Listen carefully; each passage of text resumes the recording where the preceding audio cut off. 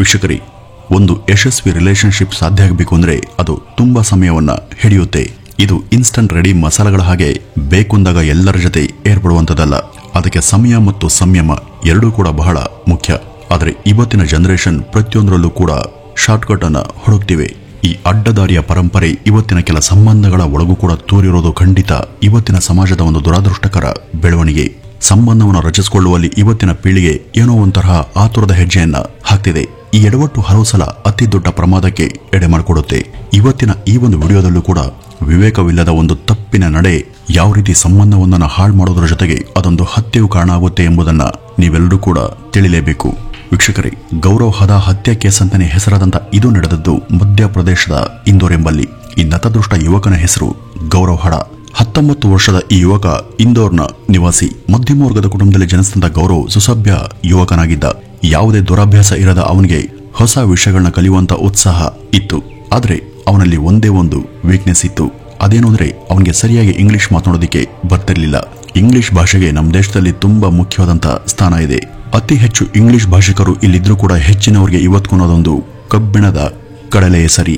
ಅದೇ ರೀತಿ ಈ ಗೌರವ್ಗೂ ಇಂಗ್ಲಿಷ್ ತುಂಬಾ ಕಷ್ಟದ ವಿಷಯ ಆಗಿತ್ತು. ತನಗೆ ಇಂಗ್ಲಿಷ್ ಸರಿಯಾಗಿ ಬರೋದಿಲ್ಲ ಎಂಬ ಅಳುಕು ಆತನಲ್ಲಿತ್ತು.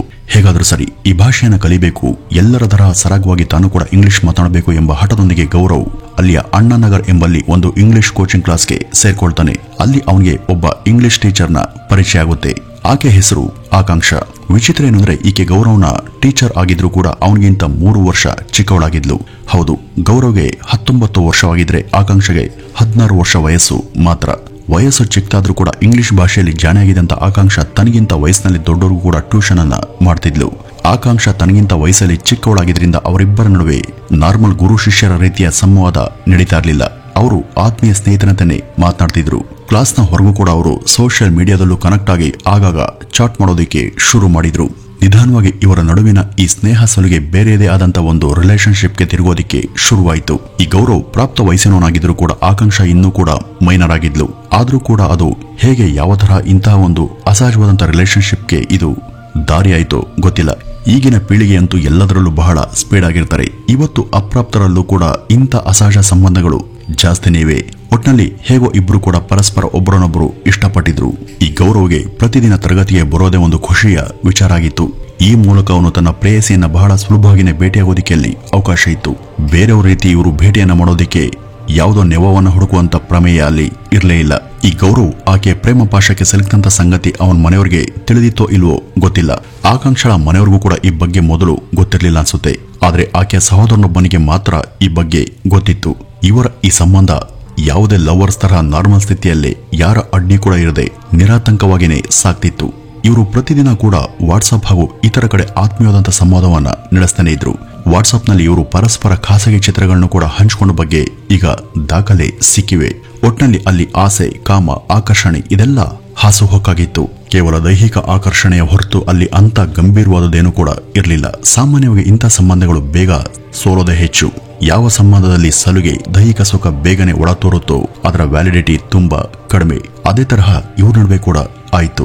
ಆರಂಭದಲ್ಲಿ ಬಹಳ ಕ್ಲೋಸ್ ಆಗಿ ಮಾತನಾಡ್ತಿದ್ದಂತ ಅವರು ಕ್ರಮೇಣ ಚಾಟ್ ನಲ್ಲಿ ಜಗಳ ಆಡೋದು, ಕಿತ್ತಾಡೋದು ಮಾಡೋದಕ್ಕೆ ಶುರು ಮಾಡ್ತಾರೆ. ಫೋನ್ ನಲ್ಲಿ ಒಬ್ಬರ ಮೇಲೊಬ್ಬರು ಕೂಗಾಡ್ತಾ, ರೇಗಾಡ್ತಾ ಘರ್ಷಣೆ ಮಾಡ್ಕೊಳ್ತಾರೆ. ಒಂದಿನ ಗೌರವ್ ಆಕಾಂಕ್ಷಳನ್ನ ವಾಟ್ಸ್ಆಪ್ ನಲ್ಲಿ ಬ್ಲಾಕ್ ಮಾಡಿದ್ದ. ಆದ್ರೆ ಅವನು ಹಾಗೆ ಮಾಡುವಂತ ಹೊತ್ಕಾಗ್ಲೇ ಸಮಯ ಬಹಳ ಮೀರಿತ್ತು. ಗೌರವ್ ಏನು ಅವಳನ್ನ ಕೋಪದಿಂದ ಬ್ಲಾಕ್ ಮಾಡಿದ್ದ. ಆದ್ರೆ ಆಕಾಂಕ್ಷ ಅಷ್ಟಕ್ಕೆ ಸುಮ್ಮನಾಗ್ಲಿಲ್ಲ. ಗೌರವ್ನ ಈ ಒಂದು ವಿಧದ ವರ್ತನೆಗೆ ಅವಳು ರೆಡಿ ಇರಲಿಲ್ಲ. ಅವಳು ಅವನನ್ನ ಬೇರೆ ಬೇರೆ ಮೂಲಗಳಿಂದ ಬಲವಂತವಾಗಿ ಸಂಧಿಸೋದಿಕ್ಕೆ ಮೇಲಿಂದ ಮೇಲೆ ಪ್ರಯತ್ನವನ್ನ ಪಡ್ತಾನೆ ಇದ್ಲು. ಆದ್ರೆ ಗೌರವ್ ಅದಕ್ಕೆ ಸ್ಪಂದಿಸಲಿಲ್ಲ. ಆಗ ಅಷ್ಟೆಲ್ಲ ರೀತಿಯಲ್ಲಿ ತನ್ನ ಜೊತೆ ಸಲಿಗೆಯಿಂದ ಇದ್ದಂತ ಗೌರವ್ ಈಗ ಇದ್ದಕ್ಕಿದ್ದ ಹಾಗೆ ಈ ರೀತಿ ಉಲ್ಟಾ ಹೊಡೆದದ್ದು ಅವಳನ್ನ ಇನ್ನಿಲ್ಲದ ಹಾಗೆ ಡಿಸ್ಟರ್ಬ್ ಮಾಡಿತ್ತು. ಈಗ ಅವಳು ಹೊಸ ಅಸ್ತ್ರವನ್ನ ಪ್ರಯೋಗ ಮಾಡೋದಕ್ಕೆ ಮುಂದಾಗಿದ್ಲು. ಮೊದಲೆಲ್ಲ ಅವಳ ಜೊತೆ ಗೌರವ್ ರೊಮ್ಯಾಂಟಿಕ್ ಆಗಿ ಚಾಟ್ ಮಾಡ್ತಿದ್ದ. ಅದನ್ನೇ ನೆವ ಮಾಡ್ಕೊಂಡಿದ್ದಂತ ಆಕಾಂಕ್ಷ ಅವುಗಳ ಸ್ಕ್ರೀನ್ ಶಾಟ್ ಅನ್ನ ಅವನಿಗೆ ಕಳುಹಿಸಿ, ನೀನು ನನ್ನನ್ನ ಲೈಂಗಿಕವಾಗಿ ಹರಾಜ್ ಮಾಡಿದ್ದೀಯಾ ಅಂತ ಈ ಒಂದು ಸಾಕ್ಷಿಗಳ ಜೊತೆ ಪೊಲೀಸ್ ದೂರು ಕೊಡ್ತೀನಿ ಅಂತ ಹೆದರಿಸ್ತಾ ಇದ್ಲು. ಮೊದಲೇ ನಾನು ಮೈನರ್, ನಿನ್ ಮೇಲೆ ನಾನು ದೂರನ್ನ ಕೊಟ್ರೆ ಇದು ಗಂಭೀರ ಸ್ವರೂಪವನ್ನ ಪಡೆಯುತ್ತೆ ಅಂತ ಹೆದರಿಸೋದಕ್ಕೆ ಶುರು ಮಾಡ್ತಾಳೆ. ಆಗ ಗೌರವ್ ಅವುಗಳನ್ನ ಇಟ್ಕೊಂಡು ಏನ್ ಬೇಕಾದ್ರೂ ಮಾಡು, ನಾನು ಕೇರ್ ಮಾಡೋಲ್ಲ ಅಂತ ರಿಪ್ಲೈಯನ್ನ ಕೊಟ್ಟಿದ್ದ. ಆದ್ರೆ ಗೌರವ್ ಇಲ್ಲಿ ದೊಡ್ಡ ಕೆಡ್ಡಾಗೆ ತನ್ನನ್ನ ತಾನೇ ಬೆಳೆಸ್ಕೊಂಡಿದ್ದ. ಆಕಾಂಕ್ಷ ಹೇಳಿದ್ದು ನಿಜ. ಅವಳು ಏನಾದ್ರೂ ದೂರನ್ನ ಕೊಟ್ರೆ ಗೌರವ್ ನೇರವಾಗಿ ತಪ್ಪಿತಸ್ಥನಾಗುವಂತ ಅಪಾಯದಲ್ಲಿ ತಾನಿದ್ದ. ಫೇಕ್ ದೂರನ್ನು ನೀಡುವಂತೆ ಹೆದರಿಸಿದ್ಲು. ಆಗ ಗೌರವ್ ಅವನ ಬಳಿ ಇದ್ದಂತ ಅವಳ ಖಾಸಗಿ ಫೋಟೋಗಳನ್ನ ತೋರಿಸಿ, ನೀನು ಹಾಗೇನಾದ್ರೂ ಮಾಡಿದ್ರೆ ಇವುಗಳನ್ನ ಅಂತರ್ಜಾಲದಲ್ಲಿ ಪ್ರಕಟ ಮಾಡ್ತೀನಿ ಅಂತ ತಾನು ಕೂಡ ಹೆದರಿಸೋದಕ್ಕೆ ಶುರು ಮಾಡ್ದ. ಅವನ ಬಳಿ ಅವರಿಬ್ಬರ ದೈಹಿಕ ಸಂಬಂಧದ ವಿಡಿಯೋಗಳು ಕೂಡ ಇದ್ವು. ಆದ್ರೆ ಆಕಾಂಕ್ಷ ಅದಕ್ಕೆ ಹೆದರಲಿಲ್ಲ. ಅವಳು ತನ್ನ ಮೇಲೆ ಎಲ್ಲಿ ಫೇಕ್ ಕಂಪ್ಲೇಂಟ್ ಕೊಡ್ತಾಳೋ ಎಂಬ ಟೆನ್ಷನ್ ಅವನಿಗೆ ದಿನೇ ದಿನೇ ಹೆಚ್ಚಾಯಿತು. ಅವನು ಅವಳನ್ನ ಸುಮ್ಮನಿರಿಸೋಕೆ ಅವುಗಳ ಸ್ಕ್ರೀನ್ ಶಾಟ್ ಅನ್ನ ತೆಗೆದುಕೊಂಡು ಅವಳ ಸಹೋದರನಿಗೆ ಫಾರ್ವರ್ಡ್ ಕೂಡ ಮಾಡಿದ್ದ. ಆದ್ರೆ ಅವಳ ಸಹೋದರನಿಂದ ಅವನಿಗೆ ಯಾವುದೇ ಪ್ರತಿಕ್ರಿಯೆ ಬರಲಿಲ್ಲ. ಈ ಕಡೆ ಆಕಾಂಕ್ಷ ದೂರನ್ನ ಕೊಡಬಾರದು ಅಂದ್ರೆ ಅದಕ್ಕೆ ಪ್ರತಿಯಾಗಿ ಅವನಿಂದ 3 ಲಕ್ಷ ರೂಪಾಯಿಗಳ ಹಣದ ಬೇಡಿಕೆಯನ್ನ ಇಡ್ತಾಳೆ. ಅಷ್ಟು ಹಣವನ್ನ ಕೊಟ್ರೆ ಸರಿ, ಇಲ್ಲಾಂದ್ರೆ ಪರಿಣಾಮ ನೆಟ್ಕಿರೋದಿಲ್ಲ ಅಂತ ಅವಳು ಒಂದೇ ಸಮ ಧಮಕಿಯನ್ನ ಹಾಕ್ತಿರ್ತಾಳೆ. ಹಾಗೂ ಗೌರವ್ ಬಳಿ ಇದ್ದಂತ ಫೋಟೋ ವಿಡಿಯೋ ಬಗ್ಗೆ ಯಾರಾದ್ರೂ ಕೇಳಿದ್ರೆ ಗೌರವ್ ನನ್ನನ್ನ ಬಲವಂತವಾಗಿ ಹೆದರಿಸಿ ಬಳಸ್ಕೊಂಡ ಅಂತ ಹೇಳ್ತೀನಿ, ಆಗಲೂ ಕೂಡ ನೀನೇ ಸಿಕ್ಕಾಕೊಳ್ತೀಯ. ಒಬ್ಬ ಮೈನರ್ ಹುಡುಗಿಯ ಖಾಸಗಿ ಫೋಟೋ ಮತ್ತು ವಿಡಿಯೋಗಳು ಅಸಲಿಗೆ ನಿನ್ನ ಹತ್ರ ಇರೋದೇ ಒಂದು ಅಫೆನ್ಸ್. ಅದನ್ನ ಇಟ್ಕೊಂಡ್ರೆ ನಿನಗೆ ತೊಂದರೆ ಅಂತ ಅವಳು ಲಾ ಪಾಯಿಂಟ್ ಅನ್ನು ಕೂಡ ಹಾಕಿ ಅವನನ್ನ ಇನ್ನಷ್ಟು ಕುಗ್ಗಿಸಿದ್ಲು. ಅವಳು ಹೇಳಿದ್ದೆಲ್ಲವೂ ಕೂಡ ನಿಜ. ಈ ಖಾಸಗಿ ವಿಷಯಗಳನ್ನ ಲೀಕ್ ಮಾಡಿದ್ರೆ ಅದಕ್ಕೂ ಕೂಡ ಗೌರವ್ ತಾನೇ ತಲೆದಂಡವನ್ನ ಕೊಡಬೇಕಾಗಿತ್ತು. ಈಗ ಅವನ ಇಡೀ ಬದುಕೆ ಒಂದು ರೀತಿಯ ಆಕಾಂಕ್ಷಳ ಕೈಯಲ್ಲಿತ್ತು. ಅವನು ಅವಳು ಮುಂದೆ ಸೋತು ಸಂಪೂರ್ಣವಾಗಿ ಅಸಹಾಯಕನಾಗಿದ್ದ. ಈಗ ಏನ್ ಮಾಡಬೇಕು ಅಂತ ತೋಚದೆ ಇದೆಲ್ಲವನ್ನೂ ಕೂಡ ಅವನು ತನ್ನ ಸೋದರಿ ಪೂಜಾಳ ಜೊತೆ ಹಂಚಿಕೊಂಡ. ಆ ಬಳಿಕ ಅದು ಅವನ ಪೋಷಕರಿಗೂ ಗೊತ್ತಾಯ್ತು. ಆ ಕಡೆ ಆಕಾಂಕ್ಷ ಹಾಗೂ ಅವಳ ತಾಯಿ ಇವರಿಬ್ರು ಕೂಡ 3 ಲಕ್ಷ ರೂಪಾಯಿ ಹಣವನ್ನ ಕೊಟ್ರೆ ಮಾತ್ರ ನಾವು ಕೇಸಿಂದ ವಿಮುಖರಾಗ್ತೀವಿ, ಇಲ್ವಾದ್ರೆ ಗೌರವನನ್ನ ಅರೆಸ್ಟ್ ಮಾಡಿಸ್ತೀವಿ ಅಂತ ಪಟ್ಟನ್ನ ಹಿಡಿತಾರೆ. ಬಹುಶಃ ಆಗ ಈ ಗೌರವನ ಪರಿವಾರದವ್ರ ಬಳಿ ಅಷ್ಟು ಹಣ ಇದ್ದಿದ್ರೆ ಅವರು ಅದನ್ನ ಕೊಟ್ಟು ಕೇಸನ್ನ ಸೆಟಲ್ ಮಾಡ್ಕೊಳ್ತಿದ್ರೋ ಏನೋ. ಆದ್ರೆ ಮಧ್ಯಮ ವರ್ಗದ ಅವ್ರ ಬಳಿ ನಿಂತ ನಿಲುವಿನಲ್ಲೇ ಅಷ್ಟು ಹಣ ಎಲ್ಲಿಂದ ಬರೋದಕ್ಕೆ ಸಾಧ್ಯ ಅಲ್ವಾ? ಇಷ್ಟೆಲ್ಲ ಆದ್ಮೇಲೆ ಗೌರವ್ ಬಹಳ ಖಿನ್ನತೆಗೆ ಜಾರ್ದ. ಅವನು ಯಾರೊಂದಿಗೂ ಮಾತನಾಡದೆ, ಯಾರ ಜೊತೆ ಕೂಡ ಬೆರೆದೆ ಸದಾ ತನ್ನ ರೂಮ್ನಲ್ಲಿ ಒಬ್ನೇ ಇರೋದಕ್ಕೆ ಶುರು ಮಾಡಿದ್ದ. ನಂತರ ಆಗಸ್ಟ್ 7ನೇ ತಾರೀಕು ಅವನ ಮೇಲೆ ಆಕಾಂಕ್ಷ ಹಾಗೂ ಅವಳ ತಾಯಿ ಇಬ್ಬರು ಕೂಡ ದೈಹಿಕ ಶೋಷಣೆ ಕೇಸನ್ನ ದಾಖಲಿಸ್ತಾರೆ. ಅದರಂತೆ ಅವನನ್ನ ಸ್ಟೇಷನ್ಗೆ ಕರೆಸಿ ವಿಚಾರಣೆ ಕೂಡ ನಡೆಸಲಾಯಿತು. ಪಾಪ ಅವನ ಪೋಷಕರು ತಮ್ಮ ಮಗ ಯಾವುದೇ ತಪ್ಪನ್ನ ಮಾಡಿಲ್ಲ ಅಂತ ಪೊಲೀಸರಿಗೆ ಕನ್ವಿನ್ಸ್ ಮಾಡೋದಕ್ಕೆ ಎಷ್ಟೇ ಪ್ರಯತ್ನ ಪಟ್ಟರು ಕೂಡ ಪೊಲೀಸ್ ಅವರ ವಾದವನ್ನ ಕೇಳೋದಕ್ಕೆ ರೆಡಿ ಇರಲಿಲ್ಲ. ಅದನ್ನ ಕೇಳುವಂತ ಇಚ್ಛೆ ಕೂಡ ಅವ್ರಿಗೆ ಇರಲಿಲ್ಲ. ಗೌರವನ ಕಡೆ ಸ್ಟೋರಿ ಕೇಳೋದಕ್ಕೆ ಅವರಿಗೆ ಸ್ವಲ್ಪ ಕೂಡ ಆಸಕ್ತಿ ಇರಲಿಲ್ಲ.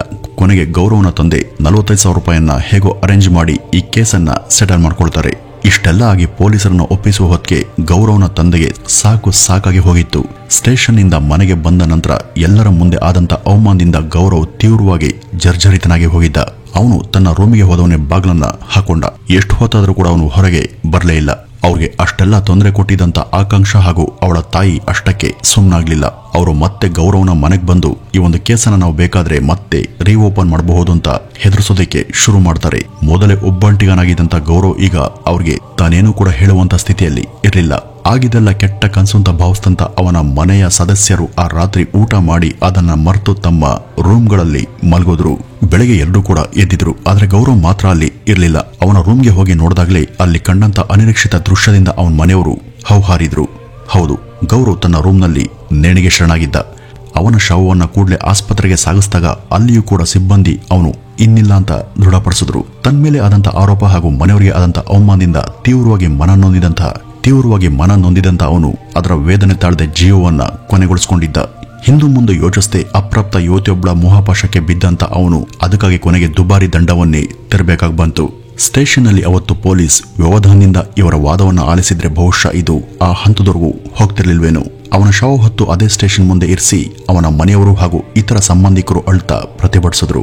ಗೌರವ್ ತನ್ನವರನ್ನ ಎಲ್ಲರನ್ನೂ ಕೂಡ ಬಿಟ್ಟು ಬಂದು ತನ್ನನ್ನ ಮದುವೆಯಾಗಿ ಪ್ರತ್ಯೇಕವಾಗಿರಬೇಕು ಎಂಬುದು ಆಕಾಂಕ್ಷಳ ಉದ್ದೇಶ ಆಗಿತ್ತು. ಆದರೆ ಇದಕ್ಕೆ ಅವನ ಸಮ್ಮತಿ ಇರಲಿಲ್ಲ. ಯಾವಾಗ ಈ ಒಂದು ವಿಷಯವಾಗಿ ಅಲ್ಲಿ ಅವರಿಬ್ಬರ ನಡುವೆ ಭಿನ್ನಾಭಿಪ್ರಾಯಗಳು ಉಂಟಾಯಿತೋ ಆಗ ಗೌರವ್ ಅವಳಿಂದ ದೂರ ಆಗೋದಿಕ್ಕೆ ಪ್ರಯತ್ನ ಪಟ್ಟ. ಅವಳನ್ನ ಸೋಷಿಯಲ್ ಮೀಡಿಯಾಗಳಲ್ಲಿ ಬ್ಲಾಕ್ ಮಾಡ್ದ. ಆದ್ರೆ ಆಕಾಂಕ್ಷ ಹಣಕ್ಕಾಗಿ ಅವನನ್ನ ಬ್ಲಾಕ್ ಮೇಲ್ ಮಾಡಿದ್ಲು. ಮೊದಲೆಲ್ಲ ತಾನು ಕೂಡ ತನ್ನ ಸ್ವಇಚ್ಛೆಯಿಂದನೇ ಅವನ ಜೊತೆಗೆ ನಿಕಟವಾದಂತ ಸ್ನೇಹದಲ್ಲಿದ್ದಂತ ಅವಳು ಅವನ ಜೊತೆ ಕಳೆದಂತ ಖಾಸಗಿ ಕ್ಷಣಗಳನ್ನ ತನ್ನ ಸ್ವಾರ್ಥಕ್ಕಾಗಿ ದುರುಪಯೋಗಪಡಿಸಿಕೊಂಡಿದ್ಲು. ಇದೆಲ್ಲ ಗೌರವ್ ಶವವಾದ ನಂತರ ಒಂದೊಂದಾಗಿ ಪೊಲೀಸರಿಗೆ ಗೊತ್ತಾಯಿತು. ಈಗ ಈ ಎಲ್ಲ ಆರೋಪದ ಅಡಿ ಆಕಾಂಕ್ಷಳನ್ನ ರಿಮಾಂಡ್ ಹೋಮ್ಗೆ ಸಾಗಿಸಲಾಗಿದೆ ಹಾಗೂ ಇದಕ್ಕೆ ಕುಮ್ಮಕ್ಕು ನೀಡದಂತ ಆಕೆ ತಾಯಿಯನ್ನು ಕೂಡ ಜೈಲಿಗೆ ಹಾಕಿದ್ದಾರೆ. ಇದೇ ಒಂದು ಕೆಲಸವನ್ನ ಮುಂಚೆನೆ ಮಾಡಿದ್ರೆ ಒಂದು ಜೀವವಾದ್ರೂ ಉಳಿತಾಯ್ತು. ಹಾಗಂತ ಇಲ್ಲಿ ಕೇವಲ ಆಕಾಂಕ್ಷ ಹಾಗೂ ಅವಳ ತಾಯಿಯದ್ದು ಮಾತ್ರ ತಪ್ಪಿದೆ ಅಂತ ಅಲ್ಲ, ಇಲ್ಲಿ ಗೌರವ್ದು ಕೂಡ ತಪ್ಪಿದೆ. ಮೊದಲಿಗೆ ಅವನು ಗೊತ್ತಿದ್ದು ಕೂಡ ಅಪ್ರಾಪ್ತಿಯೊಬ್ಬಳ ಜೊತೆ ಇಂಥ ಒಂದು ಸಂಬಂಧ ಇಟ್ಕೊಂಡಿದ್ದೆ ದೊಡ್ಡ ತಪ್ಪು. ಅವಳ ಜೊತೆ ದೈಹಿಕ ಸಂಬಂಧವನ್ನು ಇಟ್ಕೊಂಡಿದ್ದು 2ನೇ ತಪ್ಪು. ಗೌರವಸ್ಥ ಪರಿವಾರದ ಹುಡುಗನಾಗಿ ಅವನು ಇಷ್ಟೊಂದು ಮೈ ಮರೆಯಬಾರ್ದಿತ್ತು.